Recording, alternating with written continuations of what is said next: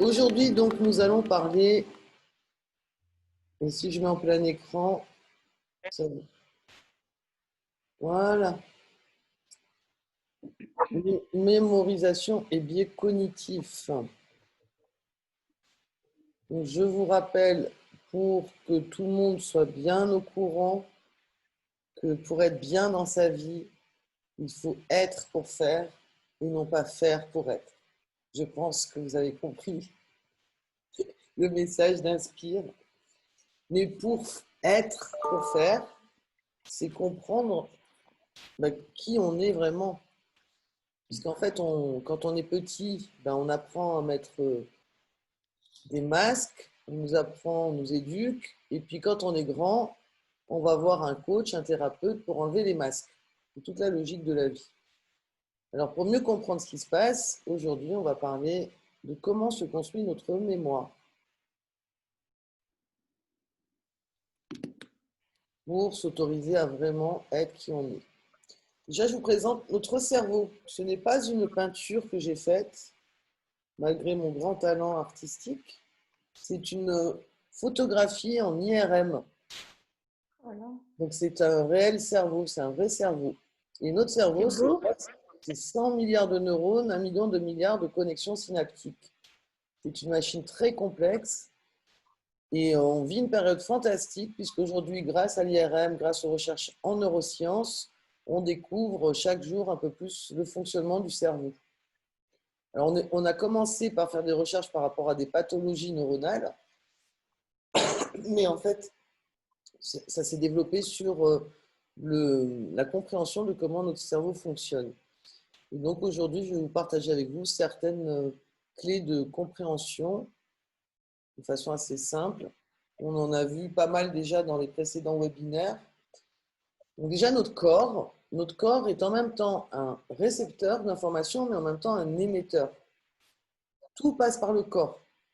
Mais vraiment, c'est pour ça que tout ce qui est thérapie par le corps euh, est très utile, notamment l'EFT, le MDR. On travaille sur le corps pour déprogrammer certaines croyances limitantes. Mais notre corps nous parle, on l'a vu avec le langage de la maladie, hein, le mal a dit. Donc le corps veut nous dire des choses, mais on n'a plus appris à utiliser cette perception du corps. Le fait d'aller écouter ses émotions dans son corps, c'est vraiment essentiel pour s'aligner sur ses besoins véritables de soi face à soi-même.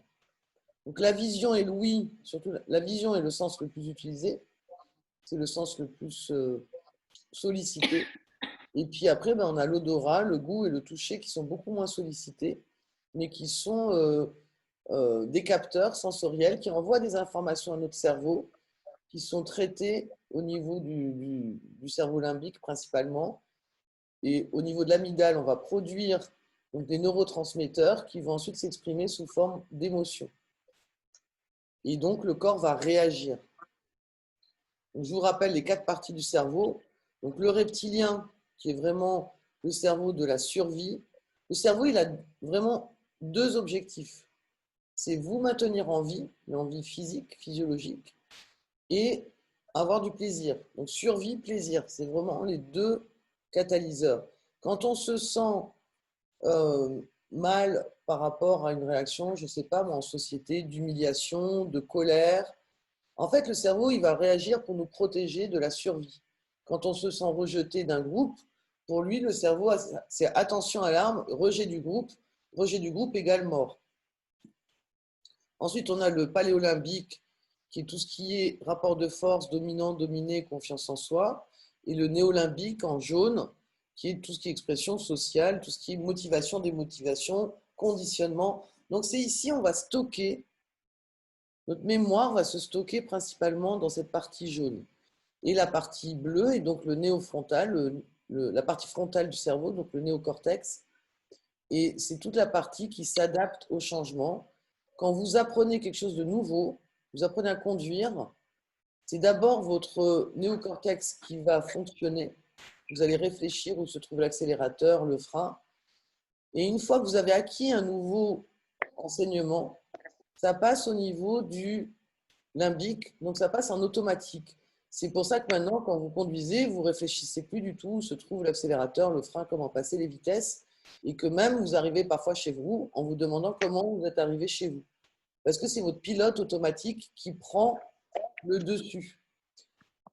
On a 99% de nos actions dans une journée sont automatiques. 1% seulement est en conscience pure. Pourquoi? Parce que le néofrontal, enfin le préfrontal, le néocortex préfrontal consomme 80% de l'oxygène du cerveau. Donc ça demande énormément d'énergie. Et donc pour économiser, le corps s'est adapté. Et donc tout ce qu'il peut économiser en termes d'énergie, il va le stocker au niveau du limbique. Et c'est ce qui va donner naissance au biais cognitif dont je vous parlais tout à l'heure. Alors, on travaille beaucoup sur l'espace de travail neuronal, donc à partir des travaux de Jean-Pierre Changeux, Stanislas Dehaene, qui sont des neuroscientifiques, Kerzberg. Et en fait, ça a été schématisé sous cette forme-là. En fait, l'espace de travail neuronal, c'est un schéma qui va illustrer la façon dont on prend des décisions. Et le slide suivant va vous le montrer de façon un peu plus simple. En fait, on a d'abord la perception par nos 5 sens.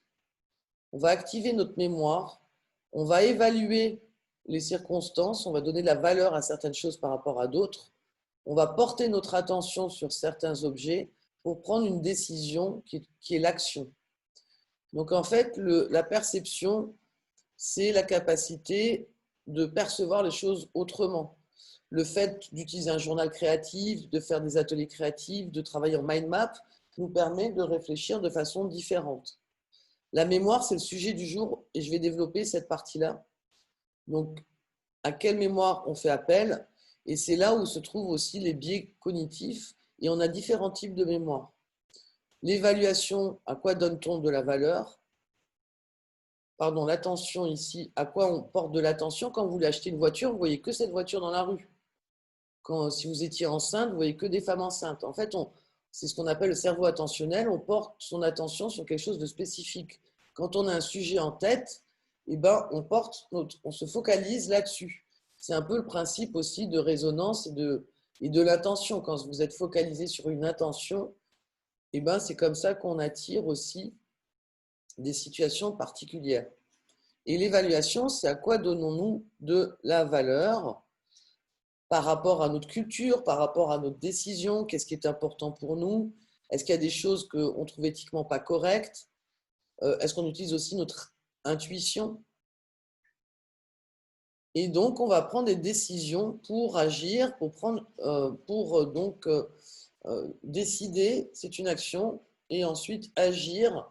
Mais c'est aussi notre système de rétroaction, c'est-à-dire qu'on va agir, et en fonction du résultat de l'action, on va réévaluer une situation pour prendre une décision peut-être plus adaptée la prochaine fois.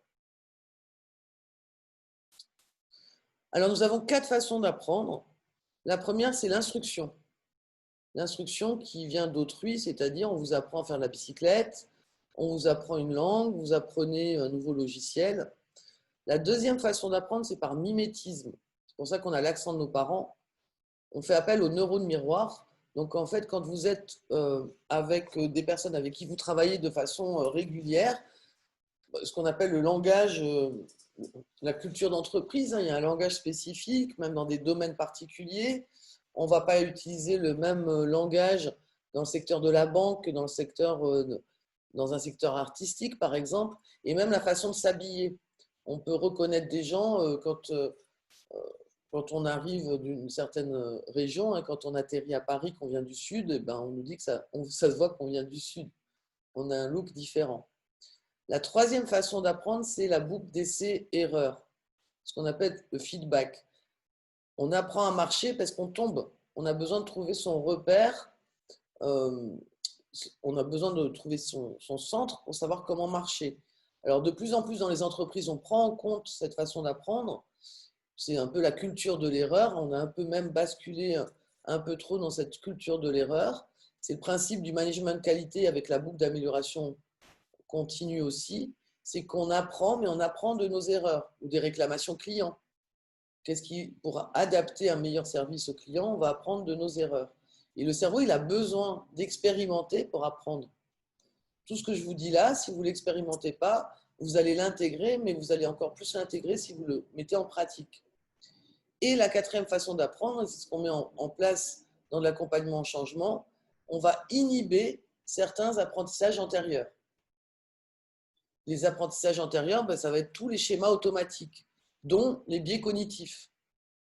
Donc si par exemple on va réagir en ayant une pensée, moi je vous ai appris un petit peu la pensée positive, donc au lieu d'avoir une pensée positive, vous allez avoir plutôt des réactions, dire oh t'es nul, t'as pas réussi ou quoi. Et là pour réapprendre à penser positif, il faut d'abord faire l'effort d'inhiber des apprentissages antérieurs. Mais comme le cerveau n'aime pas l'incertitude, il revient sur des schémas connus. Alors nous avons différents types de mémoire. Donc ça, c'est photocopié d'un article. Je pourrais vous l'envoyer si vous n'arrivez pas à tout voir sur l'écran. En fait, je ne vais pas rentrer dans le détail, mais dans le cerveau, il y a différentes zones et on a différents types de mémoire. Alors, vous savez, certaines fois, on vous dit, moi, j'ai plutôt la mémoire auditive ou j'ai la mémoire, le fait d'écrire, la mémoire gestuelle ou la mémoire visuelle, la mémoire perceptive aussi. Il faut savoir que la mémoire olfactive, par exemple, l'odeur, c'est la mémoire la plus profonde. C'est pour ça que parfois vous rentrez quelque part, vous dites ah mais cette odeur ça me rappelle quelque chose mais je ne sais pas quoi. C'est la mémoire la plus profondément enfouie dans vos aires sensorielles.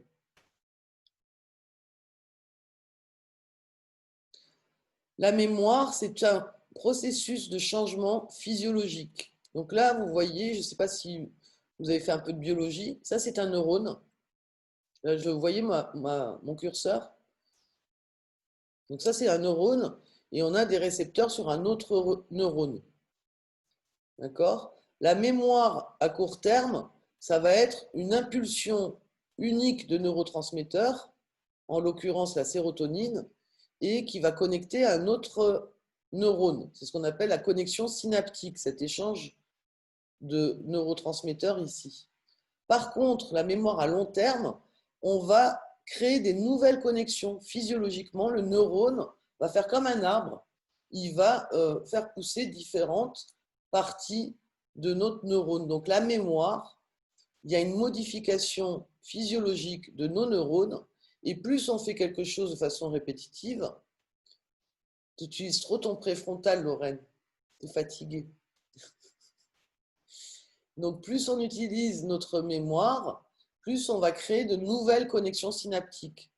Imaginez que vous faites passer de l'eau sur un terrain, à force de faire passer de l'eau toujours au même endroit, il va y avoir un nouveau canal qui va se créer. C'est pareil au niveau des neurones. Et c'est pour ça que pour modifier des schémas automatiques, il va falloir créer des nouvelles connexions synaptiques. Donc, c'est vraiment une modification physiologique. Alors, ça peut se faire très rapidement. Et la nuit, en fait, c'est le moment où le cerveau travaille le plus parce que c'est son moment de maintenance. Il élague. Il élague toutes les parties de neurones, de synapses dont il n'a pas besoin, de neurones, pardon, de connexions synaptiques. Il va élaguer. Par exemple, le cerveau d'un musicien aura une zone auditive beaucoup plus développée qu'un non-musicien. Et toutes les parties du cerveau dont on n'a pas besoin, eh ben, on va les élaguer, on va faire vraiment une maintenance du cerveau pendant la nuit. C'est pour ça que si on veut maintenir une hygiène du cerveau, c'est important d'être toujours en curiosité, en découverte de nouvelles choses, parce que ça permet de construire de nouvelles connexions synaptiques et donc une certaine activité cérébrale. Si vous avez des questions, vous pouvez m'arrêter.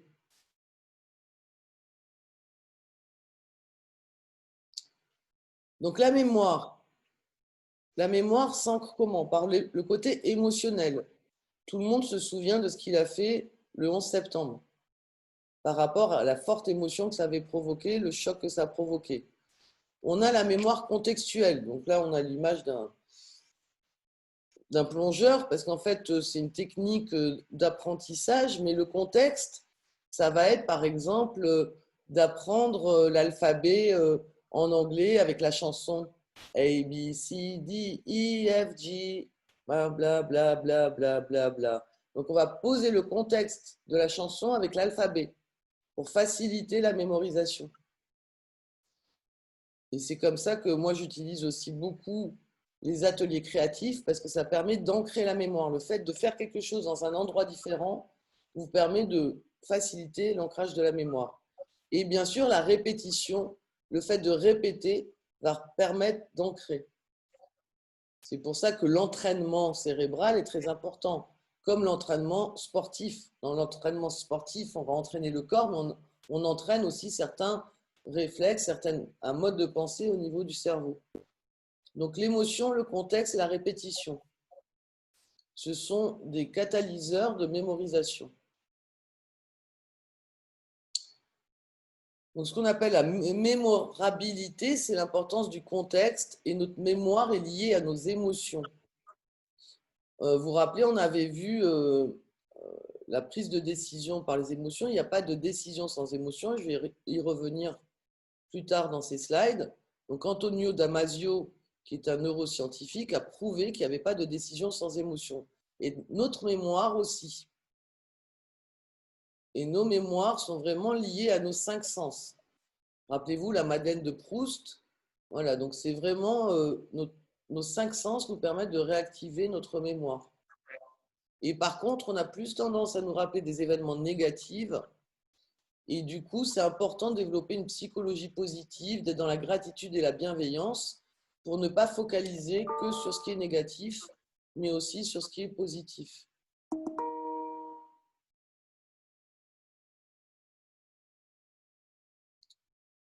Alors, dans la mémoire, on distingue la mémoire des connaissances de la mémoire des compétences. Donc, la mémoire des connaissances, on se souvient d'événements personnels. On a une mémoire sémantique, c'est toute la connaissance générale sur le monde, ce qu'on apprend à l'école. Et la mémoire perceptive, donc c'est celle qui fait appel aux 5 sens. Le souvenir des images, des sons, mais aussi des odeurs, même du toucher. Et puis la mémoire de compétence, c'est ce qu'on appelle l'apprentissage procédural, c'est-à-dire qu'on est dans la procédure, on est en train de faire.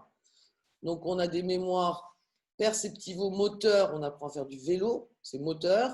Perceptivo-verbal, on apprend un poème, on apprend à parler en public, on apprend une nouvelle langue. Et cognitif, on raisonne, on apprend à résoudre des problèmes, à décider. Donc ce sont des mémoires différentes. Ce qu'on apprend, la connaissance, et ce qu'on pratique dans la compétence. Alors, les biais cognitifs, c'est quoi? Un biais cognitif, ne vous inquiétez pas si vous ne voyez pas, c'est normal. Je vais vous expliquer ce slide. On peut le retrouver sur Wikipédia. Alors, Wikipédia n'est pas forcément une source aimée des académiciens, mais en tout cas, il y a ce codex des biais cognitifs qui est très intéressant. Un biais cognitif, malheureusement, c'est un mot péjoratif parce qu'on parle de biais, mais ça n'a rien de péjoratif parce que c'est une nécessité. On est obligé de faire des raccourcis dans notre cerveau. Parce que si vous deviez à chaque fois que vous rencontrez quelqu'un faire l'effort de vous remémorer, et ça arrive quand on ne reconnaît pas la personne, son nom, où est-ce que je l'ai vu, dans quel contexte, etc. Mais si vous deviez faire ça avec tous vos proches, ou si vous deviez à chaque fois vous rappeler comment on écrit, comment on conduit, comment on se brosse les dents, si à chaque fois il fallait faire ça, ça serait très fatigant. Donc le cerveau, il stocke tout au niveau du limbique et les biais cognitifs sont des raccourcis. Ce sont des raccourcis qu'on a tous, donc il n'y a absolument rien de péjoratif. On a tous des biais cognitifs. Alors il y a 4 grandes familles. Le besoin d'agir vite. Donc en fait, on raisonne vite pour agir vite, pardon. J'ai passé le slide trop vite d'ailleurs. De ce dont on doit se rappeler. S'il y a trop d'informations, on va aller sur certaines informations plutôt que d'autres, ou si ça n'a pas de sens pour nous. Alors, je vous donne un exemple. Le besoin d'agir vite. Un exemple. Pour accomplir nos tâches, nous avons tendance à vouloir compléter celles dans lesquelles nous avons déjà investi du temps et de l'énergie. Donc, par exemple, quand on a une liste de choses à faire, on va plutôt continuer celle où on a déjà commencé à faire des choses plutôt que de recommencer quelque chose de nouveau. De quoi on doit se rappeler? On renforce certains souvenirs après les faits. Vous savez, on crée certaines mémoires à force de les raconter. En fait, à force de raconter des souvenirs d'enfance, des fois, on se demande même, est-ce que c'est un vrai souvenir ou c'est quelque chose qui vous a été dit et que vous avez répété? Ça, c'est un biais cognitif. Quand on a trop d'informations, on va remarquer ce qui a changé. Tiens, tu as changé de lunettes, tu as changé de coiffure. Donc, on est vraiment sur voir ce qui est différent. Rita, j'ai une question. Alors, peut-être pas, c'est peut-être pas le bon moment, mais je la pose quand même. Comment, tu sais, quand, bon, avec l'âge ou je sais pas, la fatigue, on perd la mémoire des noms, par exemple. Quand tu rencontres quelqu'un que tu n'as pas vu depuis longtemps, tu te souviens plus de son nom, et puis on va laisser passer un peu de temps, ça va revenir. Est-ce que ça peut être illustré là, ou est-ce que c'est pas du tout Alors là, on est sur de la mémoire, je dirais une mémoire, puisqu'on connaît la personne depuis longtemps, on a du mal à réactiver, donc c'est en fait enfoui dans la mémoire. Là, j'ai envie de comparer à l'ordinateur, hein, c'est pas la mémoire vive, c'est une mémoire profonde, et donc il faut que ça revienne à la mémoire vide, la mémoire d'accord, vive. Donc en fait, c'est ce phénomène de, parce qu'en fait, on ne formate rien, on n'oublie rien, tout est dans le cerveau quelque part.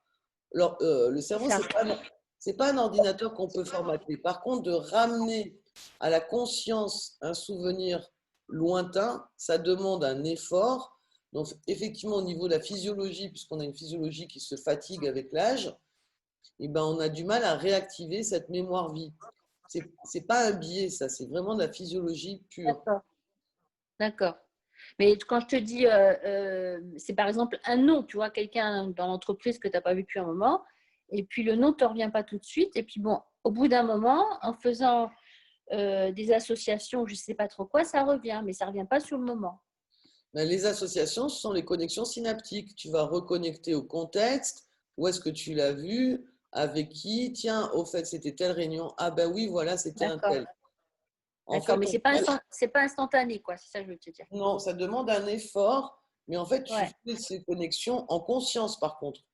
Quand la mémoire ouais, vient de façon naturelle et automatique, c'est fait de façon non consciente. Quand on commence à réfléchir à quelque chose, ça ouais, revient. Et souvent, alors il y a un autre phénomène, c'est qu'on laisse tomber, comme quand on a un mot au c'est bout d'un ça, moment, c'est ça. on Ouais, laisse tomber, et c'est quand on fait complètement autre chose que ça revient. Pourquoi? Parce qu'on laisse le processus se faire de façon naturelle, parce que plus on focalise dessus, plus on a une boucle en fait de frustration, parce qu'on va chercher mm, sans trouver. Et souvent, ben, on retrouve des idées quand on est sous la douche, quand on fait mm, complètement autre chose. C'est le c'est vrai. principe de la créativité. Alors ça, c'est autre chose. Le eureka ou l'idée qu'on vient de trouver, ça, c'est le préfrontal. C'est quand le préfrontal consommant beaucoup, beaucoup d'énergie, c'est quand on arrête de le solliciter, qui se repose, qui va revenir dans un élan d'illumination et donc l'idée va jaillir en faisant complètement autre chose. Après, on a la mémoire courte, la mémoire vive. Tu as posé ton téléphone quelque part, tu ne sais plus où il est, alors que tu viens de le déposer quelque part, ou tu ne sais plus où sont tes clés. Parce que pendant Mm, que tu posais ton téléphone quelque part, ton cerveau était porté son attention sur autre chose. ouais, mm, Parce qu'on n'a pas posé les clés en conscience. C'est pour ça que développer des automatismes, c'est très utile. Moi, je sais qu'à la porte de chez moi, j'ai un porte-clés. Je sais que dès que je rentre, je mets les clés là. Si je les laisse dans mon mm, sac, c'est sûr que le lendemain, je vais les chercher si je ne les trouve pas sur le porte-clés. D'autres automatismes aussi qu'on peut développer pour fatiguer moins son cerveau dans le classement des mails. Moi, je codifie tous les différents dossiers par des codes numériques et du coup, je réfléchis même plus. Je sais que un tel, c'est le 228, l'autre, c'est le 217. J'ai entraîné mon cerveau, comme ça, je réfléchis même plus quand je trie mes mails. En fait, pour optimiser son énergie et sa mémoire, c'est de développer beaucoup d'automatismes. Alors, ça paraît contradictoire, et c'est la fameuse anecdote d'Einstein qui disait qu'il avait 80 costumes différents, ou 20, ou je ne sais pas combien, pour ne pas dépenser son énergie créatrice à choisir un costume le matin. Plus tu en fait, on automatise des activités, des actions qui ne demandent pas de réflexion pour pouvoir vraiment focaliser sa réflexion, sa créativité sur ce dont on a vraiment besoin. Ok, merci. Alors, dans les biais, on remarque les failles chez les autres plus facilement que chez nous-mêmes. Hein, c'est la paille dans l'œil du voisin. C'est comme les émotions. On sait identifier les émotions chez les autres, mais on a du mal à les identifier chez nous. Le biais de confirmation. Le biais de confirmation, c'est le biais où on va valider, une information va valider quelque chose qu'on connaît déjà. Ça va renforcer notre croyance. Et c'est le principe aussi, on joue là-dessus dans la publicité, le fait de voir une pub, et après de voir le produit, ça va renforcer parce que vous l'avez déjà vu quelque part.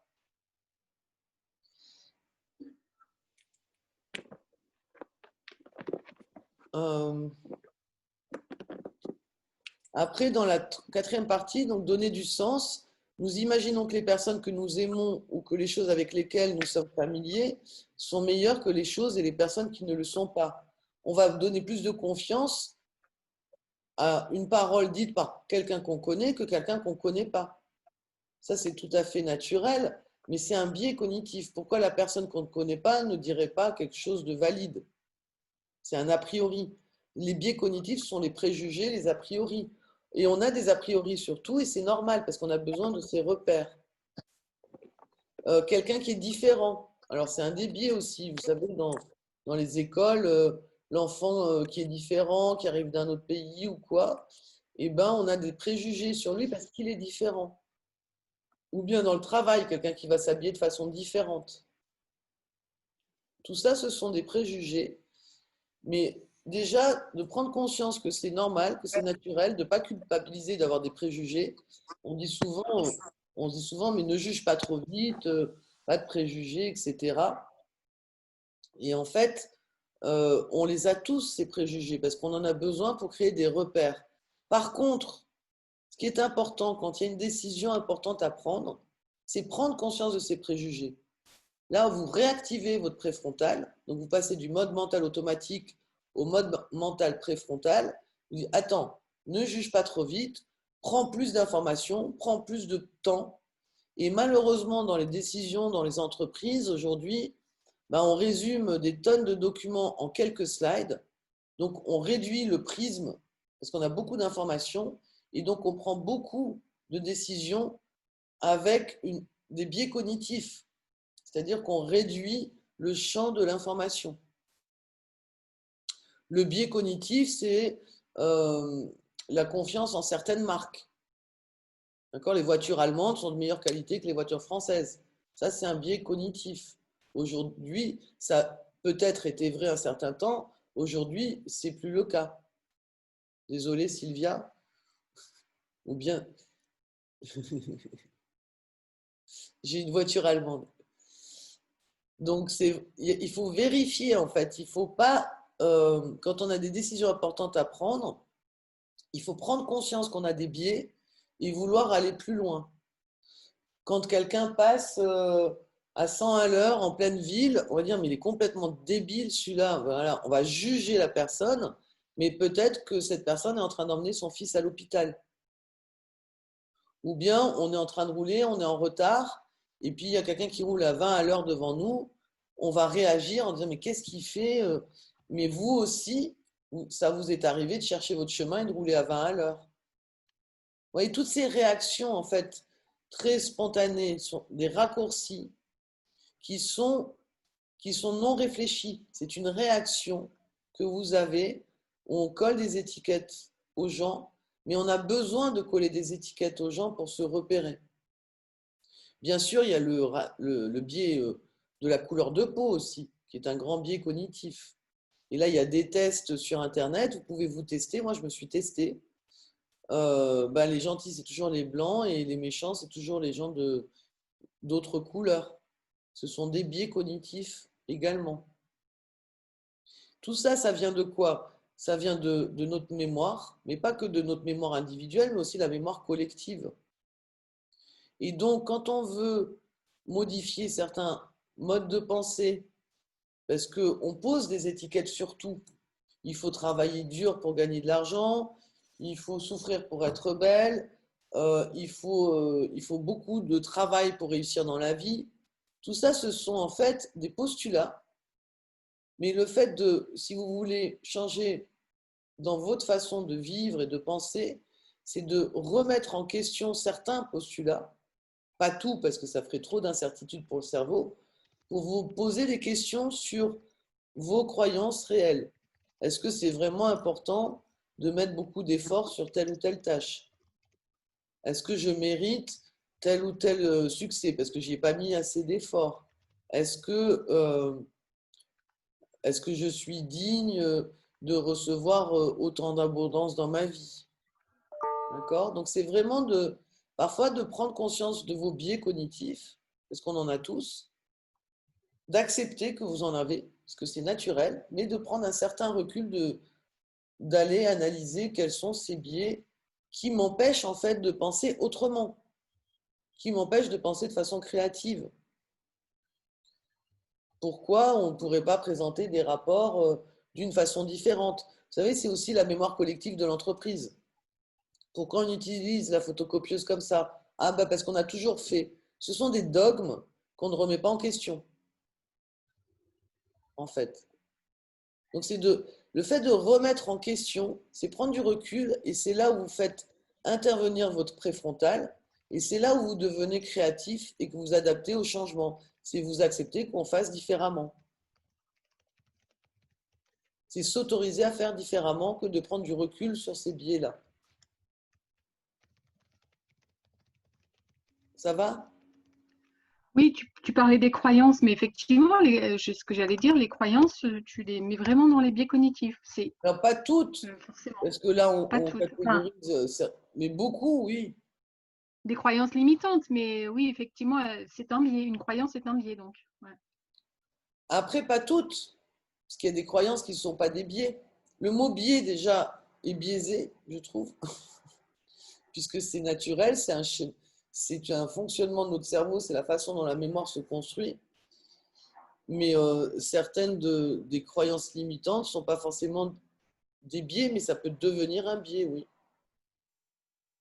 C'est de remettre en question des croyances qui nous limitent. Une croyance peut être limitante pour toi et pas pour quelqu'un d'autre. Déjà. D'accord, dans ce sens. Ok, oui, Et oui, puis après, d'accord. par contre, c'est un biais que tu as développé, effectivement, et qui t'empêche de faire autrement. Si cette croyance t'empêche de faire autrement, effectivement, elle te limite dans ta façon de Ok, penser. d'accord. Et moi, j'essaye d'éviter de coller des étiquettes limitantes parce que elle a peut-être été pas du tout limitante pendant des années, mais il se trouve que dans certaines circonstances, elle est limitante. La majorité de nos biais et de nos croyances nous ont été utiles pour évoluer en société, Oui, Il y a certaines croyances qui peuvent nous limiter dans certains contextes. Et justement, si on fait des résumés trop rapides, on a tendance à développer des biais. Toujours avoir un esprit de curiosité, de remise en question, de relativiser, mais sachant que notre cerveau automatique fonctionne à 99%. Mais quand on veut vraiment euh, prendre une décision importante ou qui est importante pour vous, de savoir remettre en cause certains raccourcis, certaines. Ben voilà, c'est la connexion synaptique automatique, c'est savoir dire mais et si je faisais autrement? Quand par exemple on fait quelque chose toujours de la même manière mais qu'on n'a pas le même résultat, c'est-à-dire et si je faisais autrement, donc c'est sortir de son biais. Le biais de renforcement, c'est le fait de toujours faire toujours plus de la même chose. Alors, la majorité du temps, ça marche, mais des fois, ça ne marche pas. Si vous communiquez avec quelqu'un et que ça ne marche pas, votre biais de renforcement va dire bah, je vais insister, alors que des fois, c'est justement ne pas insister qui va marcher. Ça, c'est le biais de renforcement.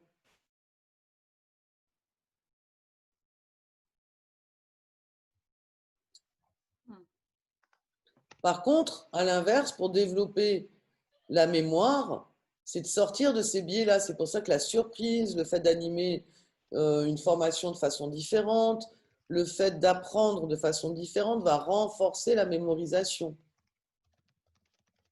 Un gros biais aussi, c'est la façon dont les enfants apprennent à l'école. Pourquoi il y a un tableau au bout de la classe? Parce qu'on a toujours fait comme ça. Il y a des choses, c'est des dogmes qu'on ne remet pas en question. Et si on faisait autrement? Et le fait de vouloir... Quand vous proposez de faire quelque chose autrement, en face de vous, vous allez trouver de la résistance. Pourquoi? Parce que vous insérez de l'incertitude dans le cerveau de l'autre. Donc, ce qu'on appelle la résistance au changement fait beaucoup appel au biais cognitif.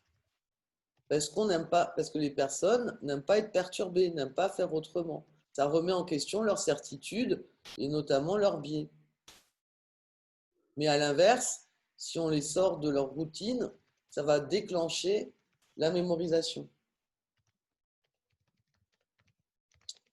Alors, je vais vous faire un test. Alors, ouvrez tous vos micros et je vais vous montrer de quelle manière on a des biais. Et c'est en fait notre cerveau automatique. Marie-Christine a disparu. Non, je suis là. Ok, donc tu as ton micro ouvert. Donc, je vais vous montrer avec mon curseur un mot et vous allez donner la couleur du mot. Allez, go! Rouge, Noir. rose, Noir, rouge, jaune, jaune, rose, Violet. bleu, bleu, bleu, vert, Bleu. noir, violet, orange. tu nous as eu.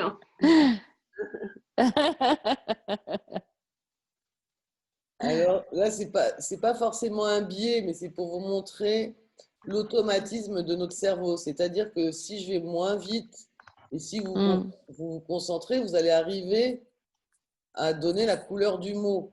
Mais ce qui se passe, c'est que notre cerveau automatique, il a appris à lire le mot, donc il va insister pour lire le mot. Mais si vous déclenchez votre préfrontal, vous allez arriver à, à dire la couleur du mot. Alors, c'est très flagrant quand on montre ce test avec des mots en français avec quelqu'un qui ne parle pas français. Parce que lui, il va directement donner la couleur. Ça, c'est pour vous montrer de quelle manière notre cerveau fonctionne et que c'est normal. Donc, et ça, c'est un petit test. Mais dans la vie de tous les jours, quand il y a des changements et des choses différentes, on réagit tous de façon automatique et on ne remet pas en question des choses qu'on connaît déjà. Et les biais cognitifs vont renforcer ces automatismes. Pourquoi? Parce que le cerveau va chercher la certitude. Donc, quelqu'un qui a du mal à s'adapter ou à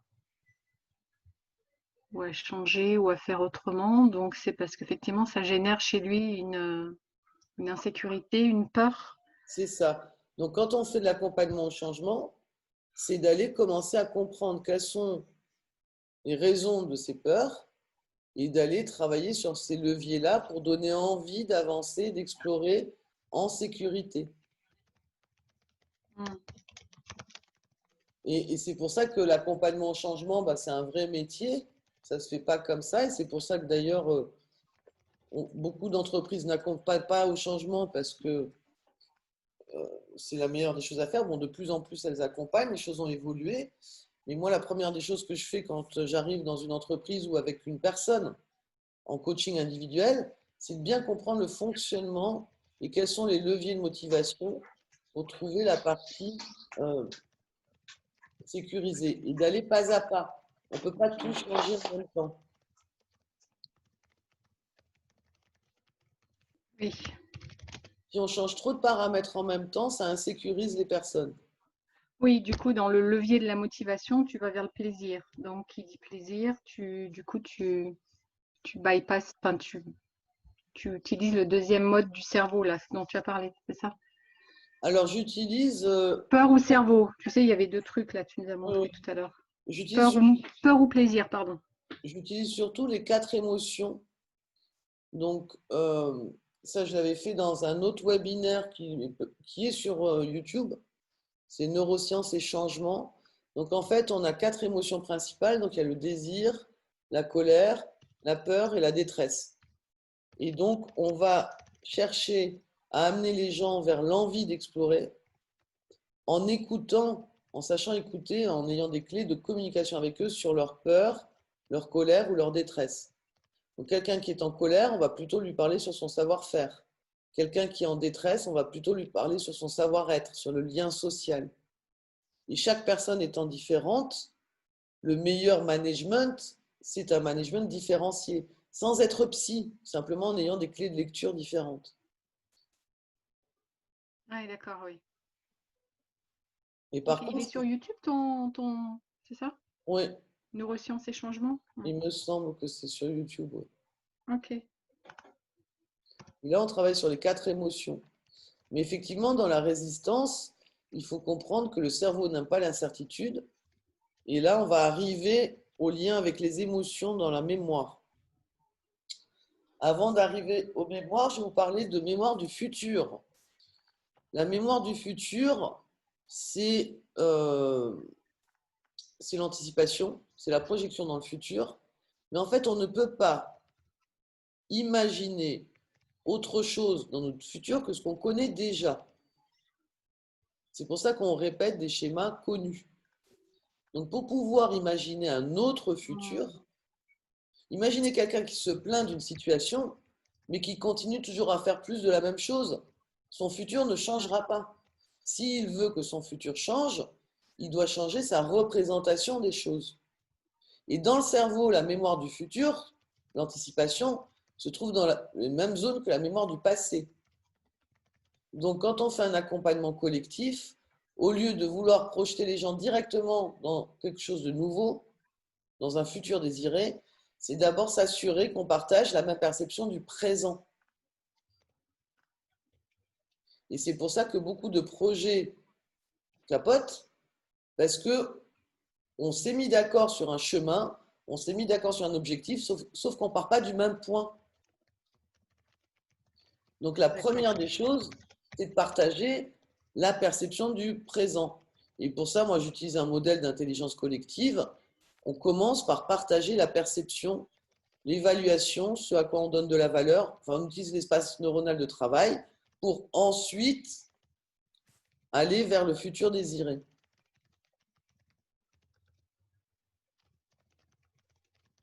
Nous ne pouvons avoir une représentation mentale que de quelque chose que nous connaissons. Quand par exemple on fait de la visualisation créatrice, on visualise dans sa tête. Et ben on visualise que ce qu'on connaît. Et pourtant l'imaginaire est infini. C'est pour ça que en développement personnel, on vous dit imaginez le champ des possibles, tout est possible. Mais le tout est possible est limité par tout ce qui existe en pensée et en mémoire dans votre cerveau. Oui, je comprends. Mais donc, après, il y a le pouvoir de l'imagination. C'est pour ça qu'on utilise d'autres outils qui permettent de catalyser cette créativité au niveau du préfrontal, qu'on utilise la créativité, qu'on utilise des méditations guidées, qu'on ouvre le champ des possibles sur autre chose que la personne ne connaît pas, sur des modes de fonctionnement différents, qui va permettre de créer des nouvelles pensées. Et moi, pour exemple, et c'est pour ça que je vais vous présenter le journal créatif, j'ai vraiment créé Inspire en utilisant ça, quoi. En utilisant mon journal, ça fait émerger d'autres pensées, d'autres possibles. Mais avec mon mode de fonctionnement du passé, j'aurais pu faire quelque chose similaire à ce que je faisais avant, mais ça aurait été beaucoup moins nouveau, beaucoup moins créatif. En fait, il faut booster l'imaginaire qui est infini, parce que l'homme, avec un grand H, a le pouvoir de l'imagination. Mais cette imagination n'est boostée que si on le stimule. Si on le laisse travailler de façon assez habituelle, il va s'enfermer il va lui-même se mettre des barrières. Il va dire non, ça c'est pas possible. Je prends un autre exemple, le confinement. Le confinement, c'est la même situation pour tout le monde. En fonction de la façon dont on pense, on l'a vécu différemment. Il y a certains qui ont dit « Waouh, génial, je vais pouvoir faire tout ce que j'ai jamais eu le temps de faire ». Et puis d'autres qui vont dire « Oh là là, la catastrophe, je ne pourrai plus faire ce que j'avais l'habitude de faire ».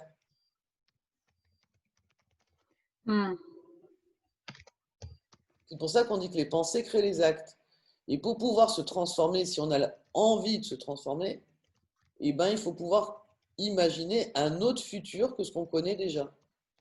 C'est pour ça qu'Einstein disait qu'on ne peut pas résoudre un problème dans la même perspective ou dans le même angle que celui où on l'a conçu. Il faut changer de prisme, changer de regard.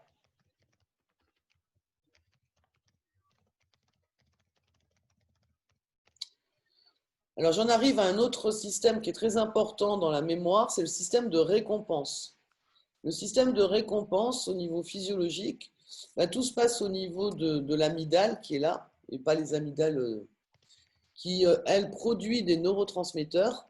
Donc vous avez des principaux neurotransmetteurs ici, donc la dopamine qui est beaucoup le neurotransmetteur du plaisir, la noradrénaline qui est tout ce qui est l'urgence, la sérotonine qui est tout ce qui est impulsion, motivation.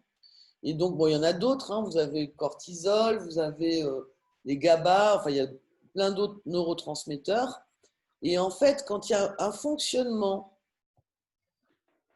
qui marche, on le garde en mémoire. Je vais vous donner un exemple. C'est le principe du réflexe de Pavlov hein, sur les animaux, mais ça marche sur les humains aussi. Si je suis un enfant, je crie, je tape du pied, je fais des caprices à la caisse du supermarché et que j'obtiens des bonbons parce que ma mère, elle n'en peut plus, c'est un système qui marche. Donc, ce qui va s'ancrer dans ce cerveau, c'est que la colère permet d'obtenir des résultats. Je fais très court, hein, c'est très résumé, c'est presque métaphorique, mais c'est pour vous dire, c'est quoi un circuit de récompense. Le principe de la publicité, c'est pareil. Quand vous avez une belle voiture, il y a une belle femme à côté. Enfin, de moins en moins, parce qu'on est contre les pubs sexistes. C'est l'association d'images. On fait des raccourcis dans le cerveau. On fait appel à des biais cognitifs. C'est le principe de l'addiction, des fumeurs. On a l'impression que ça nous procure un plaisir. Donc effectivement, le fait de fumer va provoquer un plaisir et pourtant ça détruit le corps par ailleurs. Donc d'arrêter certains comportements addictifs, c'est de transformer ce schéma de récompense. C'est de mettre l'état de santé, la motivation pour un état de santé meilleur des poumons avant le plaisir immédiat. Et comme le cerveau est beaucoup dans le plaisir immédiat, c'est pour ça que tout ce qui est sucré, que le sucre est une addiction quand on en consomme trop, parce que ça procure du plaisir immédiat. Donc le système de récompense permet de renforcer la mémoire. Et c'est comme ça qu'on élève beaucoup d'animaux d'ailleurs. On associe le fait de réaliser une action par la nutrition. La nutrition, c'est le premier cerveau, c'est par celui-ci qu'on développe notre premier système de récompense. Après, on a les émotions. Donc ça, sont les 4 émotions principales dont je parlais tout à l'heure. Et donc, c'est sûr que quand on apprend, je vous donne un autre exemple, on aime une matière si on aime le prof. Si on n'aime pas le prof, on n'aime pas la matière. Donc ça, c'est important de comprendre qu'on est dans le plaisir.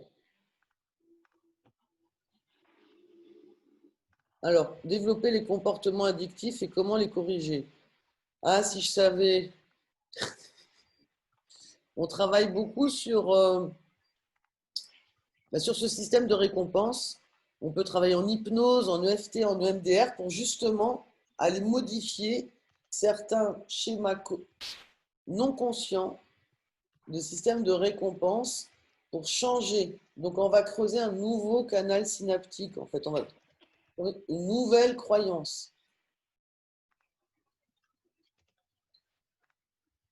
Et tout ce qui est addiction, on utilise beaucoup, voilà, tout ce qui est change.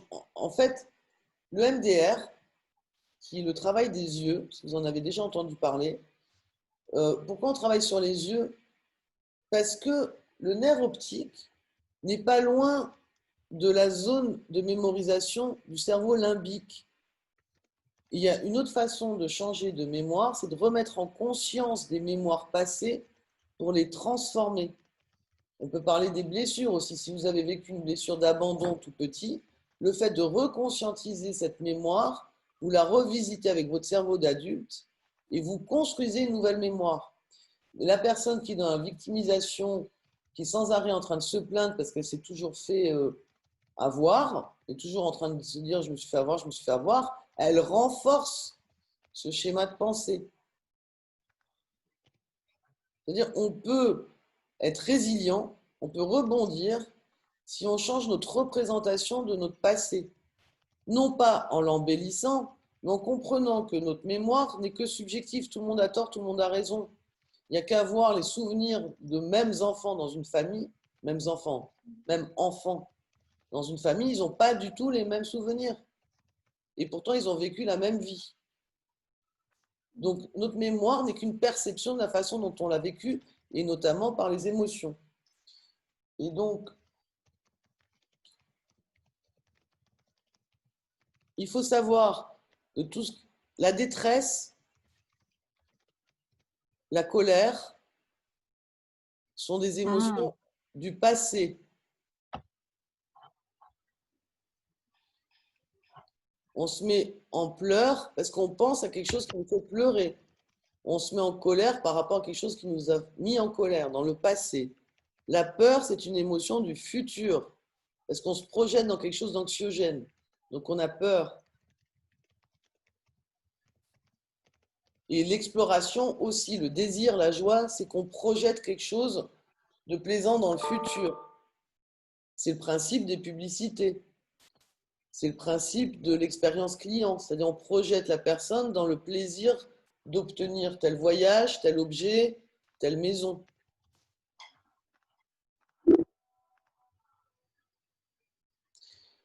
Et comme je vous ai dit qu'il n'y a pas de décision sans émotion, il n'y a surtout pas de décision.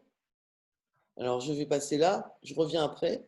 Il n'y a pas de décision sans passé émotionnel. Émotion veut dire motio en latin, c'est mouvement. C'est l'émotion qui nous fait bouger en avant ou en arrière.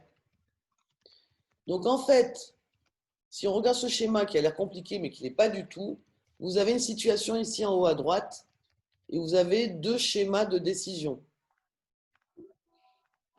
Le premier schéma A, c'est qu'on va faire une analyse des différents scénarios possibles, on va se projeter dans des représentations futures et on décide. En fait, on a une stratégie de raisonnement. Dans le schéma B, on prend une décision immédiate par rapport à une expérience émotionnelle passée. Mais de toute façon, même dans les représentations du futur, on passe par notre passé émotionnel. Je vous donne un exemple. Il y a une odeur qui ne vous plaît pas du tout. Vous ne savez pas pourquoi, c'est lié à votre passé sensoriel, mais c'est dans votre mémoire émotionnelle.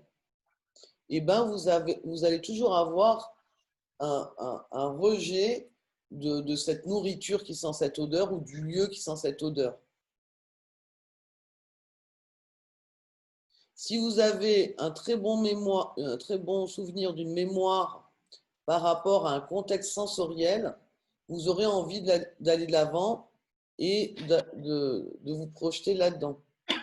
Je vous donne l'exemple de la soupline. Soupline, moi, c'était une pub quand on était petit. Elle n'existe plus à la télé. Pourtant, à la télé, il n'y a pas d'odeur, il n'y a pas de toucher. Mais le fait de voir la serviette qui ramollit comme ça vous donne envie parce que vous pouvez sentir l'odeur de la serviette et le toucher doux de la serviette. On travaille sur le passé émotionnel. Quand vous sentez une bonne odeur, ça déclenche physiologiquement l'envie de manger la chose que vous avez sentie. Donc, tout est lié à notre passé émotionnel. Donc, si on veut transformer certaines mémoires, c'est de revenir avec d'autres sentiments, d'autres émotions sur cette mémoire. T'as pas ton micro, Lorraine. Tu veux me parler, mais t'as pas ton micro. C'est bon? Tu Yes. m'entends? Quand tu, par exemple, tu prends une décision, tu visites une maison et elle te plaît, tu décides tout de suite de la louer ou de l'acheter, tu te réfères quand même au passé? Oui, parce que ça a déclenché chez toi, pas forcément, même si la maison n'a rien à voir, mais un sentiment général de quelque chose de sécurisant, de plaisant, d'agréable, et en même temps, tu te projettes dans le futur, dans cette maison. Mais quand tu fais ce genre de quand tu prends ce genre de décision, c'est un aller-retour entre la projection, la mémoire du futur et la mémoire du passé. D'accord. Quand quelqu'un est réfractaire à un projet dans une entreprise, c'est parce qu'il a une mémoire du passé qui lui évoque une certaine anxiété ou une certaine peur par rapport à un projet. Hmm. Alors je reviens en arrière. En fait, le temps est le sens de la vie, dans le sens un cours d'eau. Seul le présent existe. C'est là où c'est important d'être dans. Quand on parle d'ici et maintenant, on parle d'émotion. On parle pas de. C'est dans l'être. On parle pas dans le faire. Dans le faire, on peut se projeter, on peut faire un planning, on planifie plein de choses dans notre vie. Mais dans l'émotionnel, c'est de rester dans le présent. Parce que si on est dans le passé, on peut réveiller des mémoires colériques, douloureuses ou plaisantes. Et dans le futur aussi. Donc c'est au niveau émotionnel, c'est très difficile de rester dans le présent. Et en fait, nos expériences sont toujours dans l'avant ou l'après. Ce que je viens de dire, c'est déjà le passé.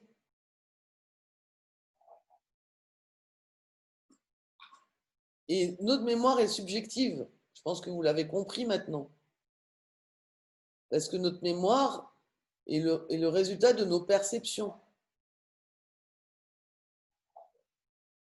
Donc le présent est la conséquence du passé et l'avenir la conséquence du présent. Donc si on veut changer notre avenir, c'est de changer notre perception de notre mémoire dans le présent. Vous ne changerez pas ce que vous avez vécu, mais vous pouvez changer la façon dont vous percevez ce que vous avez vécu. Typiquement, la personne qui victimise sans arrêt, ou bien qui démarre un nouveau projet, c'est de donner une chance. Il dit, bah, tiens, si je m'autorisais aujourd'hui à remettre les pendules à zéro et recommencer comme si c'était quelque chose de complètement nouveau pour moi. De se mettre dans cette posture d'accueillir quelque chose de nouveau et dire, bah, le passé appartient au passé. Ce que j'ai ressenti dans le passé, ok, je l'ai ressenti, j'en ai conscience, mais aujourd'hui, je me donne le droit, je m'autorise à vivre cette expérience comme si c'était quelque chose de complètement nouveau. Bon, typiquement, on le vit dans les relations amoureuses, parce qu'on vit par rapport à des expériences du passé. Et si on colle des étiquettes sur le nouvel amour, eh ben on va reproduire des schémas du passé. C'est donner, on dit souvent de donner la chance aux nouvelles relations, c'est pas à l'autre, mais c'est à soi, de sa perception de son passé. Dans le professionnel, c'est pareil. Et c'est ça qui nous est difficile, c'est de pouvoir déposer, et c'est le deuxième webinaire de la semaine prochaine, c'est les mémoires douloureuses. Qu'est-ce qu'on en fait? Mais elles sont douloureuses parce qu'on continue de les activer comme douleur dans le présent.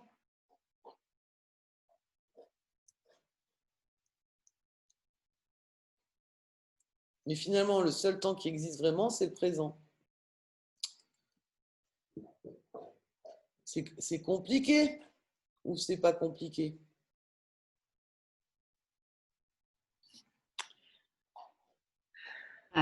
C'est pas si compliqué, mais après, l'application. À mettre en place, c'est autre chose. C'est pour ça qu'on a des techniques qui aident à revisiter le passé pour transformer sa perception pour que ça ne soit pas quelque chose de lourd et que ça soit d'accepter que ce passé qui paraît comme lourd, et là j'anticipe sur le prochain webinaire, n'est pas finalement là pour vous faire du mal, mais il est là pour apprendre, pour vous apprendre à mieux prendre soin de vous, d'aller mieux identifier vos besoins pour mieux prendre soin de vous et de nous. Je me mets dans le lot, moi je suis pas du tout une exception, loin de là.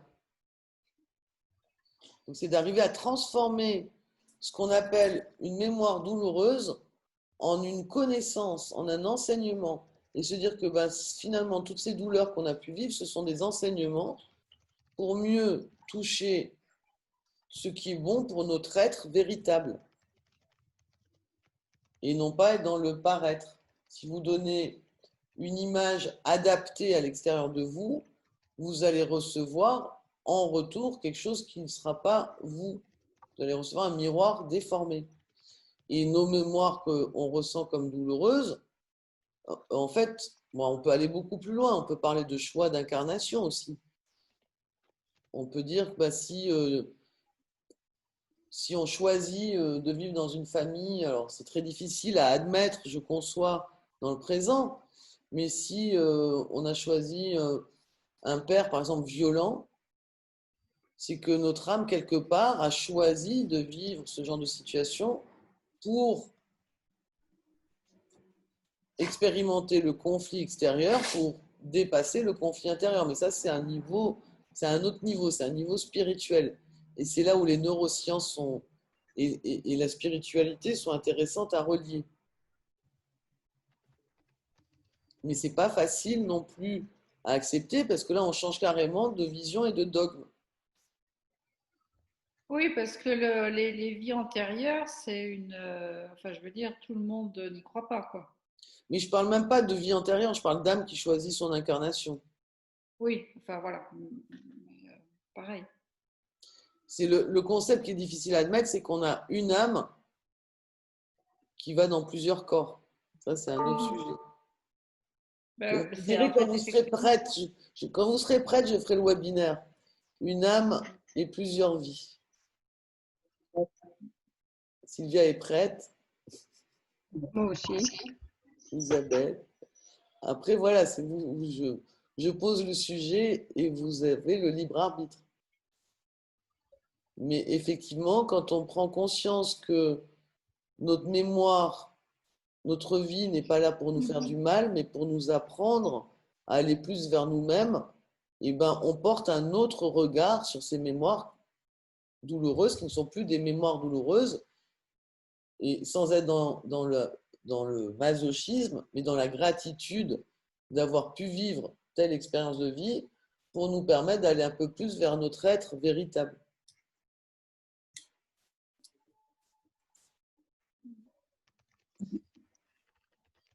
Voilà. Oui, bien sûr.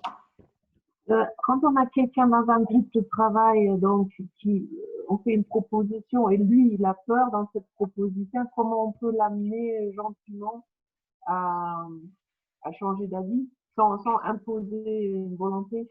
Je sais pas. Alors, je ne vous entends pas très bien, mais c'est donner envie en fait. Et pour donner envie, il faut toujours pareil, il ne faut pas chercher à réduire l'obscurité. On ne peut pas réduire l'obscurité, mais on peut augmenter la lumière. Donc, on ne peut pas réduire les peurs de la personne, on ne peut pas réduire ses émotions qui l'empêchent d'avancer. Par contre, on peut jouer sur lui donner envie d'aller de l'avant. Et pour ça, c'est vrai que c'est bien de connaître la personne et de savoir qu'est-ce qui la motive. Et pour donner envie, c'est aussi se projeter sur the big picture, c'est donner du sens. C'est-à-dire, si je prends l'exemple d'une offre à faire et on n'a pas envie de faire une offre, c'est se projeter dans ce que cette offre va nous apporter. C'est le principe de la prime commerciale. Alors, le levier de la prime commerciale, à un moment, il a un effet de saturation parce qu'il faut aussi du lien social, il faut aussi la reconnaissance, il y a beaucoup d'autres facteurs.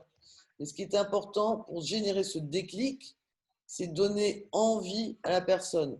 Alors, on peut aussi jouer sur ses peurs, essayer de comprendre de quoi elle a peur sans lui demander, surtout ne pas dire à quelqu'un de quoi tu as peur, mais d'aller comprendre si c'est une peur de réussite, une peur de l'échec, une peur de compétence, une peur d'avoir trop de travail, d'aller vraiment comprendre. Et c'est pour ça que après c'est très très lié au contexte et à la personne. Il n'y a pas de réponse générale. D'accord, merci. Voilà, et pour terminer, je voulais vous représenter le stage qu'on organise avec Mélodie, donc le 11 juillet à l'île Saint-Honorat. Donc on va se reconnecter à soi dans son corps, dans sa tête et dans son esprit. Sur la journée, on va vraiment faire un petit tour. Vous avez des informations sur le site de Inspire, sur le lien qui s'affiche ici. Je vous ai envoyé les informations par mail. Et on va marcher vraiment du nord à l'est, au sud, à l'ouest. Ça va être en alternance de modules de pratique, de yoga, de méditation, de marche, donc dans le corps, de reconnexion à soi, mais aussi de bien comprendre comment on arrive à identifier son intention véritable. Donc, et pour ceux qui sont intéressés, ceux et celles qui sont intéressés, il y aura en fin de journée, vous devriez arriver à les reconnecter un peu plus, votre être véritable. Mais il y a quelques petits travaux préalables, mais fort sympathiques. Donc, ça sera une journée très agréable. Et par contre, comme c'est quand même un objectif assez conséquent, on ne prend que 10 personnes. Donc, si vous êtes intéressé, faites-le nous savoir. Et vous pouvez venir en couple, en amis. Voilà. Et si ça plaît, on en fera d'autres.